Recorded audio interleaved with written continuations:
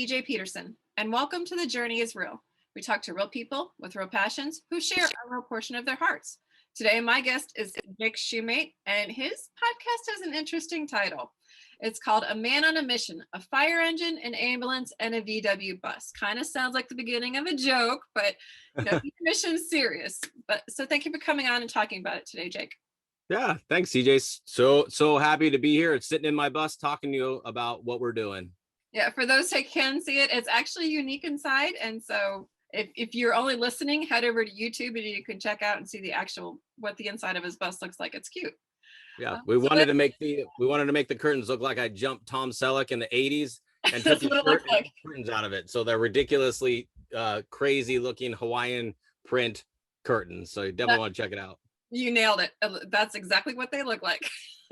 So as I said, it kind of sounds like the beginning of a joke, but your mission is actually serious. What is your mission for those who are listening? Yeah, so my mission is all about helping people find healthy, delicious food and making it accessible. And it really came through my job as a firefighter paramedic. I've been in pre-hospital care like almost 20 years. And I began to observe just what people that I would think and that you would think would be healthy folks. And I was like, man, why are you in your mid 50s and you're not healthy?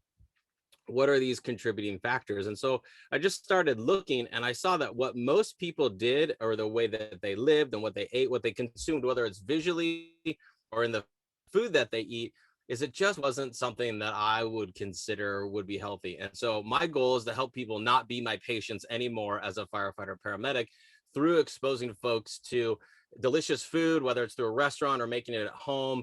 And then when you do that, you actually are impacting the planet. And so that's really a neat way to eat delicious, healthy food for you to be healthy, and you're making the planet be healthy. So we cruise around in my 1973 Volkswagen bus called the Joy Bus, because the show is called the Joy Bus Journeys. So I like your show too, because it's got the word journey in it, because we're all on a journey. And we go out there and we just show that, healthy food doesn't have to look gross. It doesn't have to be something that you wouldn't want to eat, and maybe expose people to the opportunity of trying something new. So maybe you're not a vegan, but you go to a vegan restaurant and you try something that's vegan that maybe is delicious, that will help you be healthy. So that's really my mission, is to get out there in a fun, lighthearted way to help folks say, hey, how can I be healthy? How can I avoid maybe taking as many medications as I do? How can I maybe not have to call the fire department as much anymore, because I can do preventative things in my life to help me be healthy.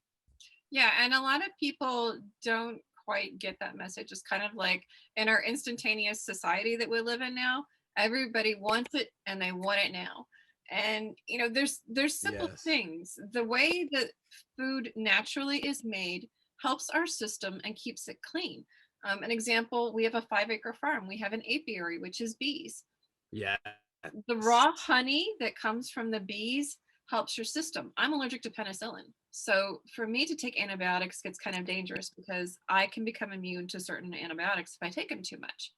And I used to get like 4 colds a year, 2 of which I ended up on an inhaler, double rows of antibiotics. And I'm like, at this rate, I am going to be in trouble when something seriously hits me, because I won't have anything to fight it with.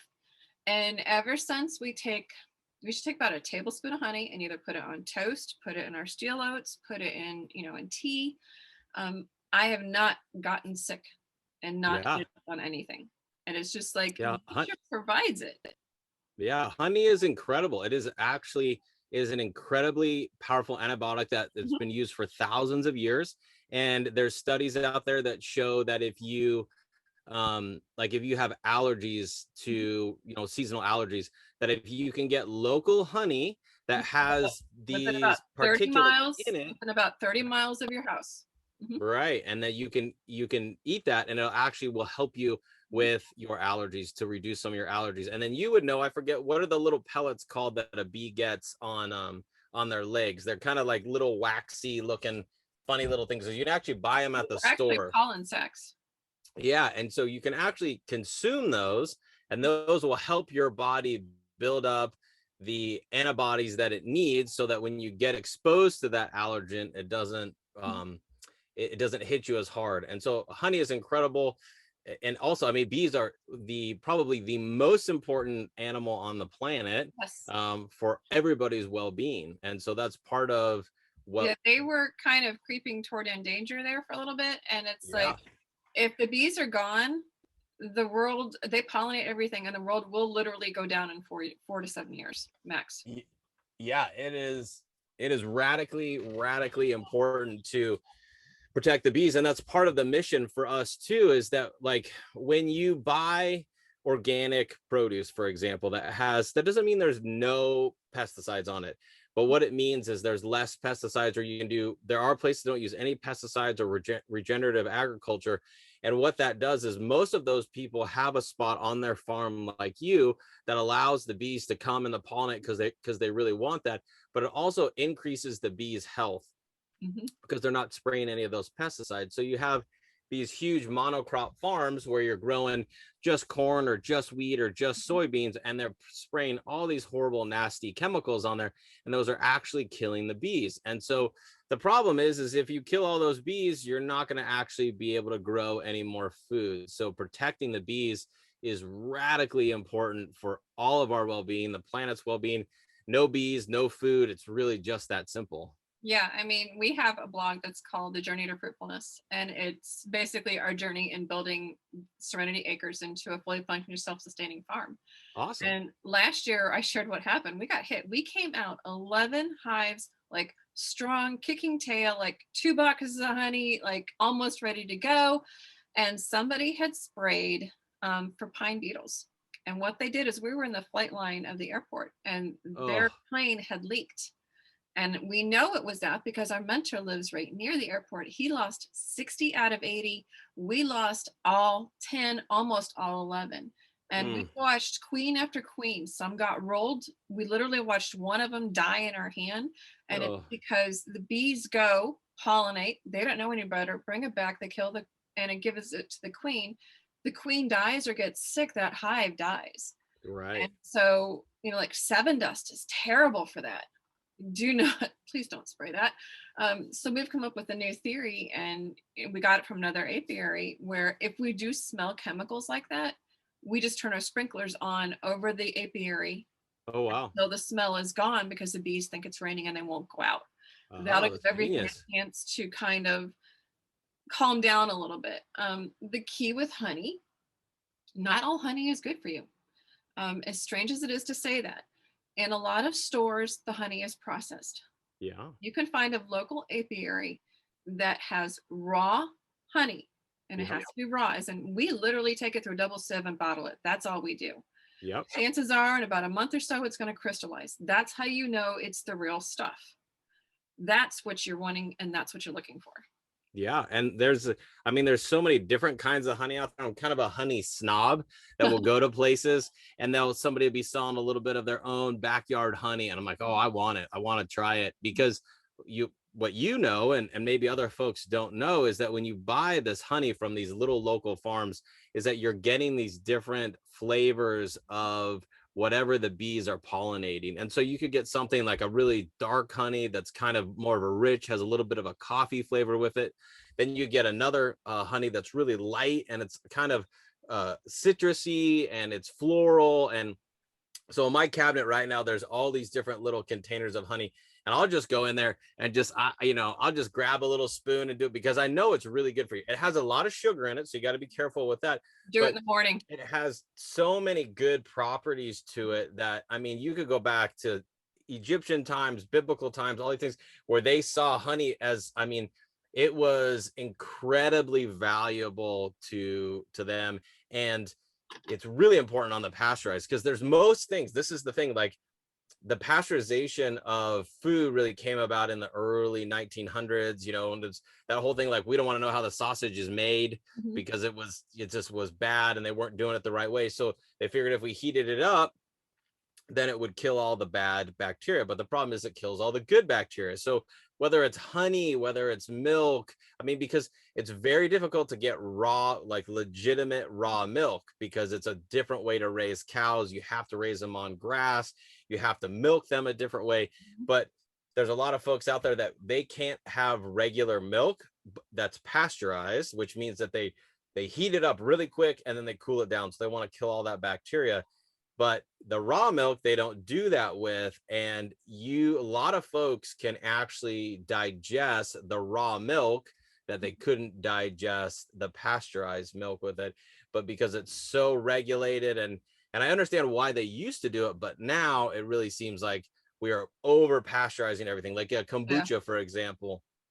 Love kombuchas. That's a fermented tea. You can make it at home. It's got all these probiotics in it. It's got a little bit of caffeine. You put a ton of sugar in it, but then that good bacteria actually eats all that sugar. So there's not a lot in there. It's just a really nice, healthy beverage to have. But you got to be careful because you go to the grocery store, and if it's on a shelf, not in the refrigerated section, it's pasteurized. And then all of that good bacteria that bacteria or that sugar and the caffeine created is dead.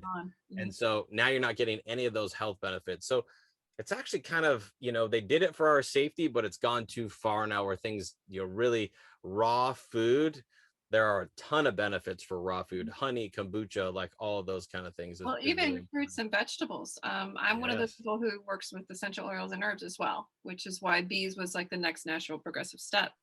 Uh-huh. The other thing we have on Serenity Acres is we have an orchard. Nice. Eventually, we're going to be getting a huge greenhouse. So I've got some things started that I know takes a year or two before they start to actually produce the fruit and start to get Right. big enough to help. And first of all, when you grow something yourself, it tastes Yes. different than what it is in the stores. Mm-hmm. So if you can find a farmer's market, that is more ideal. The other thing is you yourself try to find the heirloom plants Yeah. versus the other ones. They actually have to say heirloom on that. And it may have seeds, but don't freak out. You need those to, help sometimes with the next incoming Yeah. group. And it's like, that those aren't, GMO done. And so when you can find them and eat them in their more natural form, like broccoli, for instance, when you steam it, when you cook it, a lot of times you are cooking out the good parts of it. Yeah. And so the more that you can eat that's natural and raw, the better off your system's going to be and the cleaner it'll be. Yeah, and you just have to be careful with that word natural, because natural, I could put 100% natural on motor oil. There's no regulation on natural at all. So like, whether it's maple, you can't call it maple syrup, but if it's looks like maple syrup, they can call it 100% natural, but then it actually has like it has rice sugar in it, or it has refined sugars. There's all these things that are in it, that you have to be really careful with natural. And that's how people get tricked. And people that are marketing, people that are really good, they're going to put a little picture of a farm on it, and they're going to make you feel great about it. But the reality is it could have been, it could be chicken that's grown in basically a giant warehouse. And I think it's really important for folks, wherever you are, whether you're in the city, and if you live in the city, there's these really cool tower gardens that you can get now that they auto circulate, and you don't even have to have soil. It uses lava rock. So, I mean, there's all these great options to grow your own food. And like there's a yeah, lot. and I live in suburbia. I don't have a 5 acres. I'd love to have a 5 acres like you, but I have this little terrace garden, and I have some citrus trees. And when I go back there and the strawberries are ripe and I eat one of those strawberries, it tastes that much better because I enjoy it so much more.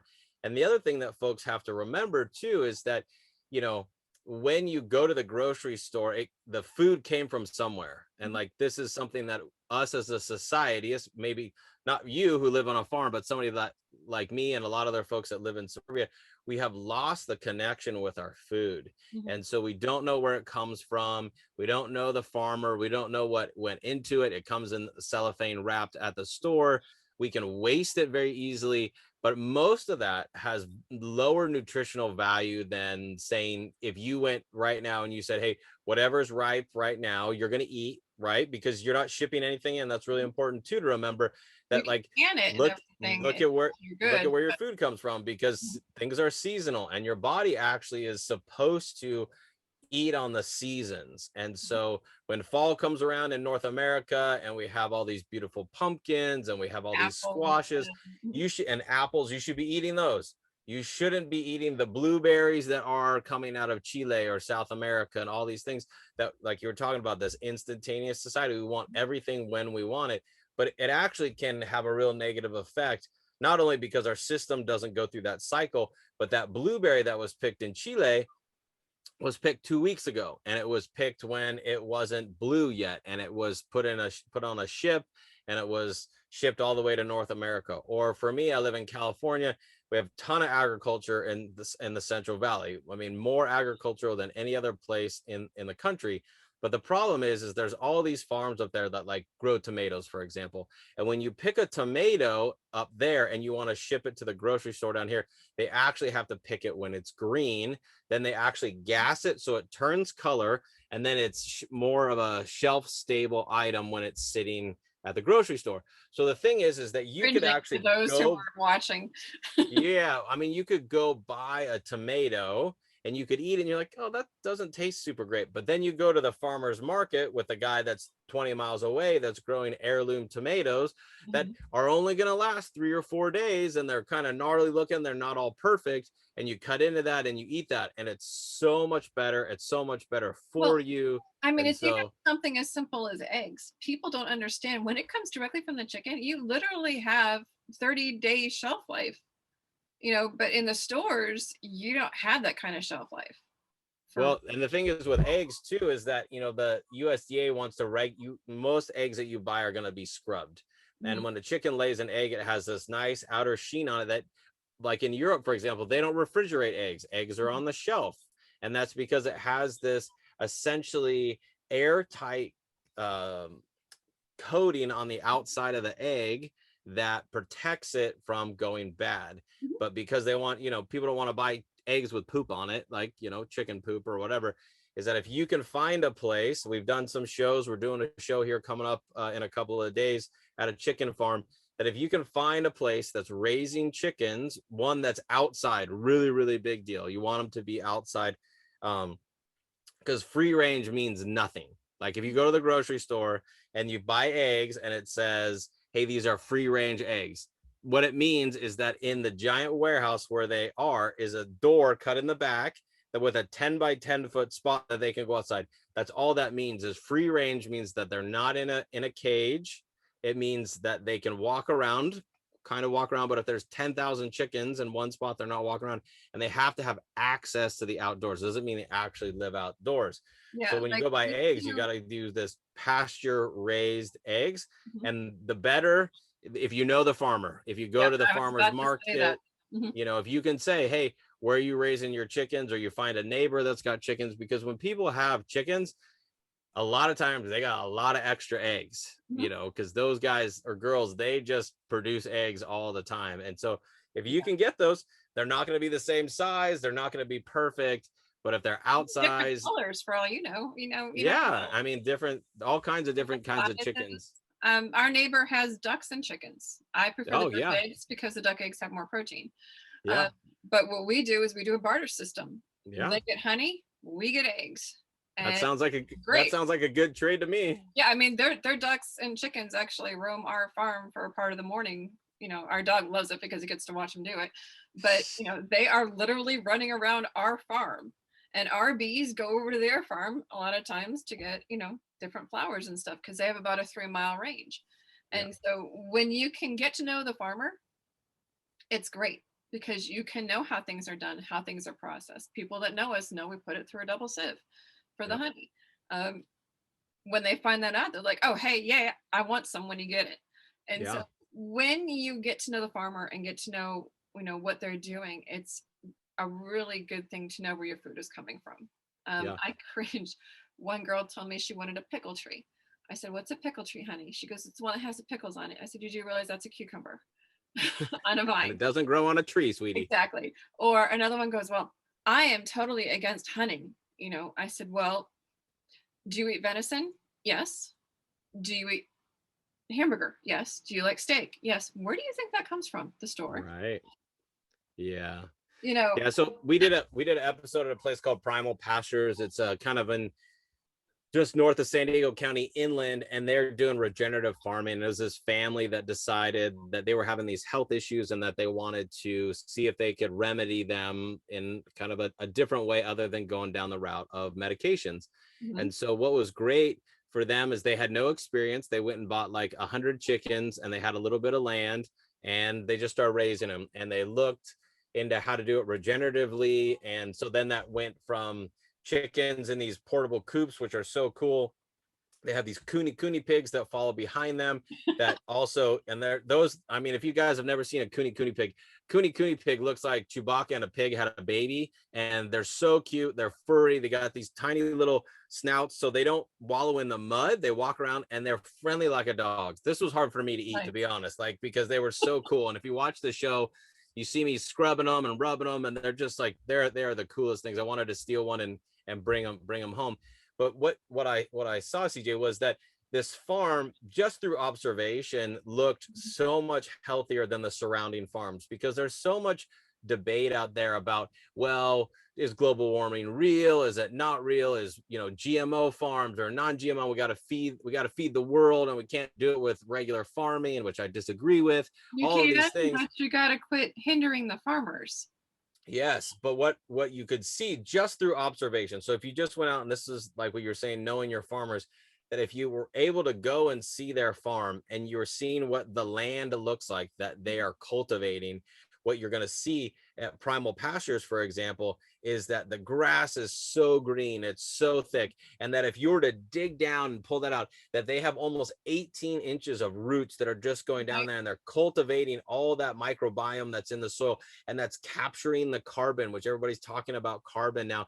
And so the way that they are raising animals is actually making the land better, and that's what they would call regenerative farming. Organic farming is like treading water. You don't make it better, you don't make it worse. Regenerative farming is where you're actually bringing the land back to where, or better than it was. And so when you buy eggs from a place like Primal Pastures, when you buy meat from a place like Primal Pastures, you can see the difference. You can taste the difference. The nutritional value is significantly higher. But what you're going to see, though, is if you bought a chicken, for example, from Primal Pastures to eat, it's about this big. It's not that big. If you go to the grocery store. What size big for those listening?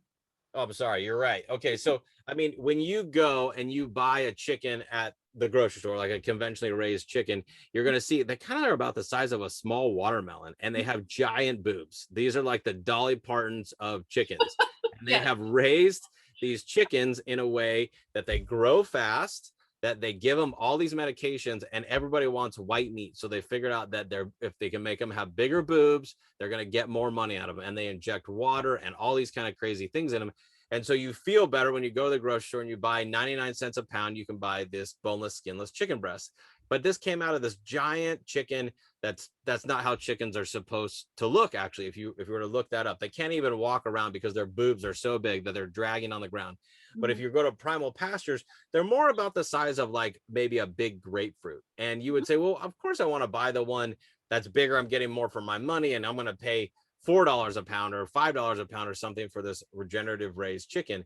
But what you don't know is that when you chose to go regenerative, you're actually voting. So you're telling whoever you're buying it from, hey, I'm supporting you, whether it's Whole Foods or Sprouts or Trader Joe's or whatever it is, that's what I want to buy.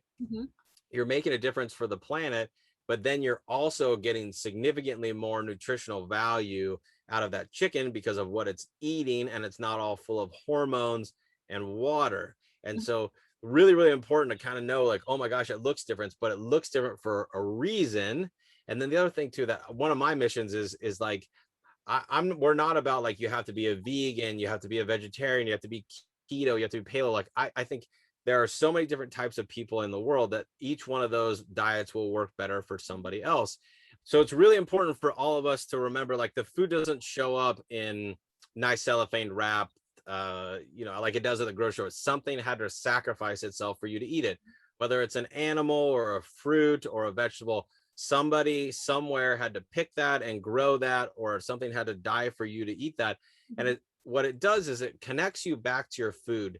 And I think one of the biggest issues our society has right now is that we believe in magic. And what I mean by that is everything magically appears. We have lost, like, where your honey comes from, the amount of work that it takes, that you have to get the combs out, and you got to put them in the centrifuge. And what do you do with the wax? And there you are trying to save your bees. You recognize, so that when you take that spoonful of honey, you really appreciate it, versus you went to the store, you paid your $5, you don't care where it came from, and then you come back and you eat it, you can just waste it, and it doesn't matter. So now when you do that with an animal, for example, like with these chickens from Primal Pastures, for example, you're going to eat every bit of that chicken. You're going to appreciate it. You're going to recognize also that there's more nutritional value in that, and you just make it go, you make it go farther. And it really does something to our well-being to be connected to our food. And so we've really lost that as a society.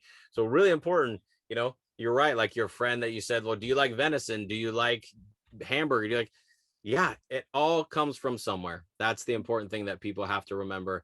And it really connects us back to our food. And there's a huge movement out there now to go back to regenerative farming, for people to do backyard farming, to people raise their own chickens in their backyard. I mean, all of these things. And because I think that there is something very instinctual, that's intrinsic, that is inside of each person, that helps, that we want to do that. We want to be connected back, that when we live just in this digital world, our soul is missing something. So whether you've got a little herb garden on your little balcony and you go out there and you pull the little dead parts off, you get your fingers dirty, you smell a little bit, but then when you go cut that little cilantro to put it on your taco, oh my gosh, you're gonna appreciate it. It's gonna taste that much better, and it's gonna be better for you. And now you know exactly where it comes from. So it's really powerful. And the beauty is, people don't understand, it does taste different.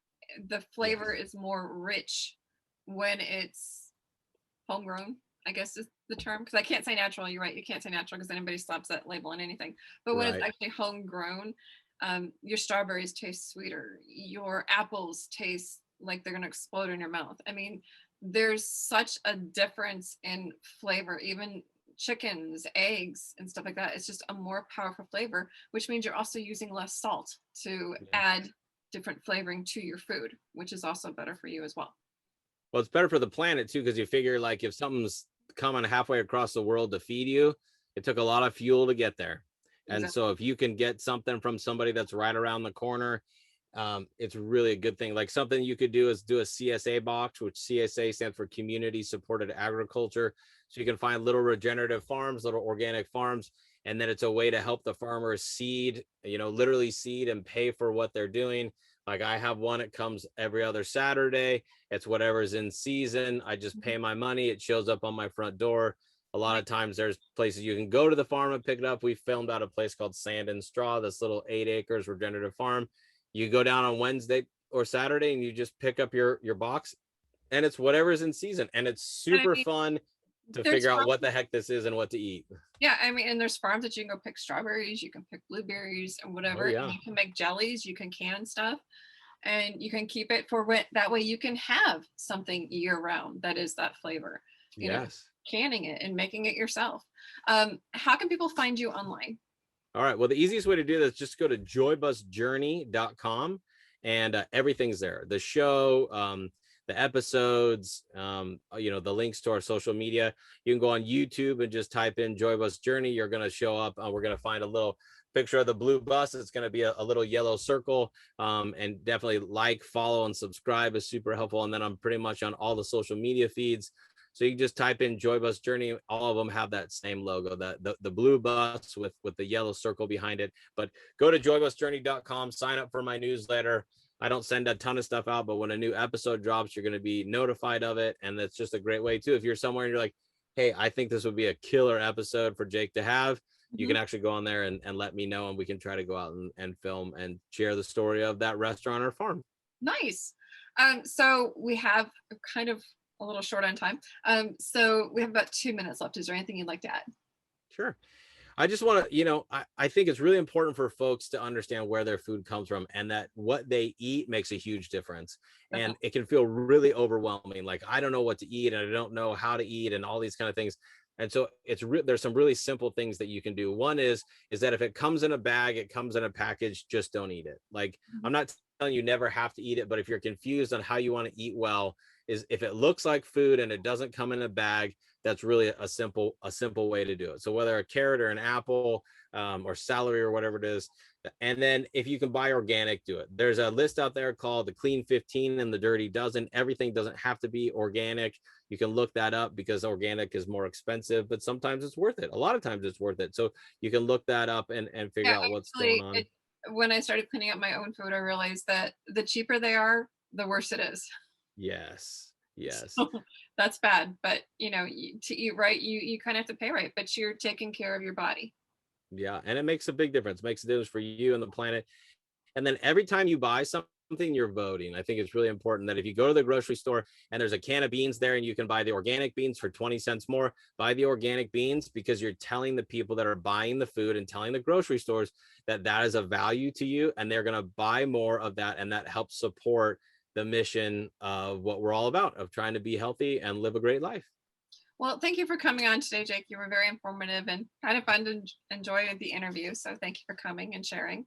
Um, and for those who want to learn more about Jake Shumate and his mission about the VW bus, the Joy Bus Journey, you can find him at www.joybusjourney.com. That's www.joybusjourney.com.